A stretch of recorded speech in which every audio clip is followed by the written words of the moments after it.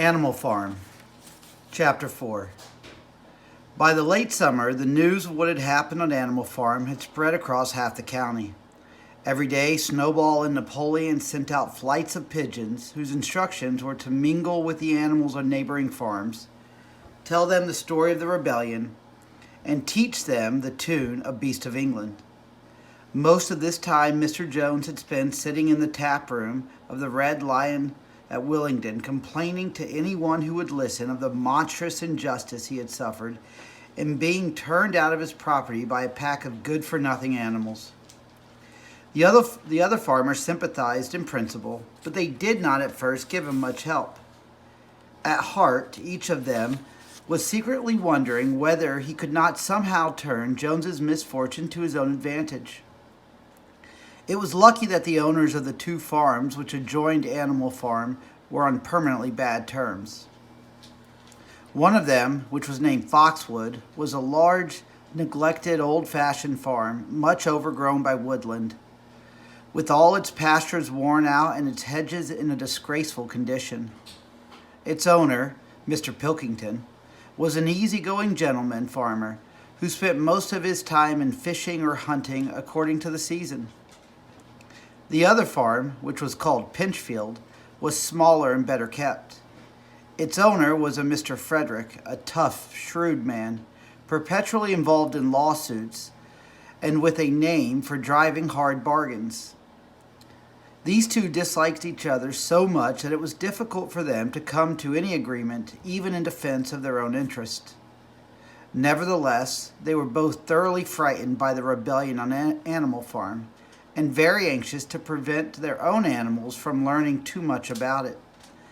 At first they pretended to laugh, to scorn the idea of animals managing a farm for themselves. The whole thing would be over in a fortnight, they said. They put it about that the animals on the Manor Farm, they insisted on calling it the Manor Farm, they would not tolerate the name Animal Farm, were permanently fighting among themselves, and were also rapidly starving to death. When time passed and the animals had evidently not starved to death, Frederick and Pilkington changed their tune and began to talk of the terrible wickedness that now flourished on Animal Farm. It was given out that the animals there practiced cannibalism, tortured one another with red-hot horseshoes, and had their females in common. This was what came of rebellion against the laws of nature, Frederick and Pilkington said. However, these stories were never fully believed. Rumors of a wonderful farm where the human beings had been turned out and the animals managed their own affairs continued to circulate in vague and distorted forms, and throughout that year a wave of rebelliousness ran through the countryside. Bulls, which had always been tractable, suddenly turned savage. Sheep broke down hedges and devoured the clover. Cows kicked the pail over. Hunters refused their fences and shot their riders on to the other side. Above all, the tune and even the words of Beast of England were known everywhere. It had spread with astonishing speed. The human beings could not contain their rage when they heard the song, though they pretended to think it merely ridiculous. They could not understand, they said, how even animals could bring themselves to sing such contemptible rubbish. Any animal caught singing it was given a flogging on the spot, and yet the song was irrepressible. The blackbirds whistled it in the hedges, the pigeons cooed it in the elms.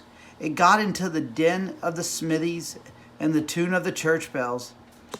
And when the human beings listened to it, they secretly trembled, hearing in it a prophecy of their future doom. Early in October, when the corn was cut and stacked and some of it was already threshed, a flight of pigeons came whirling through the air and alighted in the yard of Animal Farm in the wildest excitement. Jones and all his men, with half a dozen others from Foxwood and Pinchfield, had entered the 5-barred gate and were coming up the cart track that led to the farm. They were all carrying sticks, except Jones, who was marching ahead with a gun in his hands. Obviously, they were going to attempt to recapture the farm. This had long been expected, and all preparations had been made.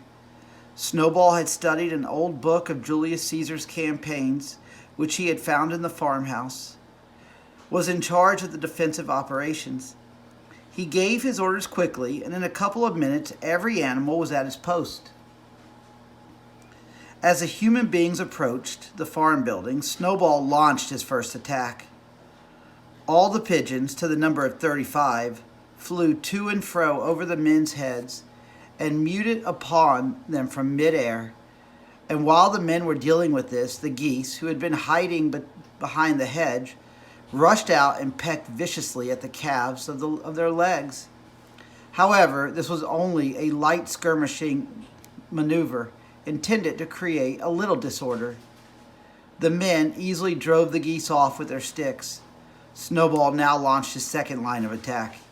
Muriel, Benjamin, and all the sheep with Snowball at the head of them rushed forward and prodded and butted the men from every side, while Benjamin turned around and lashed at them with his small hoofs.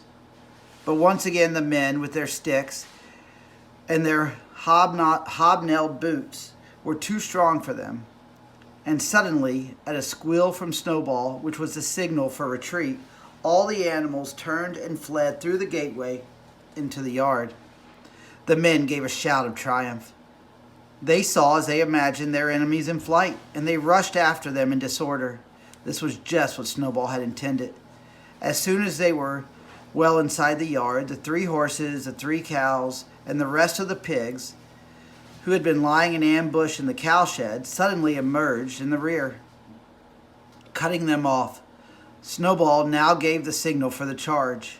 He himself dashed straight for Jones. Jones saw him coming, raised his gun, and fired. The pellets scored bloody streaks along Snowball's back, and a sheep dropped dead. Without halting for an instant, Snowball flung his 15-stone against Jones's legs. Jones was hurled into a pile of dung, and his gun flew out of his hands. But the most terrifying spectacle of all was Boxer, rearing up on his hind legs and striking out with the great iron-shod hooves like a stallion. His very first blow took a stable lad from Foxwood on the skull and stretched him lifeless in the mud. At the sight, several men dropped their sticks and tried to run. Panic overtook them, and the next moment all the animals together were chasing them, round and round the yard. They were gored, kicked, bitten, trampled on. There was not an animal on the farm that did not take vengeance on them after his own fashion. Even the cat suddenly leapt off a roof onto a cowman's shoulders and sank his claws in his neck, at which he yelled horribly. At a moment when the opening was clear, the men were glad enough to rush out of the yard and make a bolt for the main road. And so within 5 minutes of their invasion, they were in ignominious retreat by the same way as they had come, with a flock of geese hissing after them and pecking at their calves all the way. The men were gone, except one. Back in the yard, Boxer was pawing with his hoof at the stable boy, who lay face down in the mud, trying to turn him over.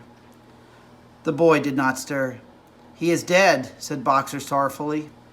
"I had no intention of doing that. I forgot I was wearing iron shoes. Who will believe that I did not do this on purpose?" "No sentimentality, comrade," cried Snowball, from whose wounds the blood was still dripping. "War is war.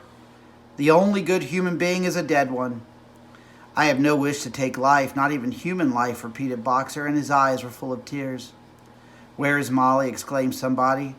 Molly, in fact, was missing. For a moment there was great alarm.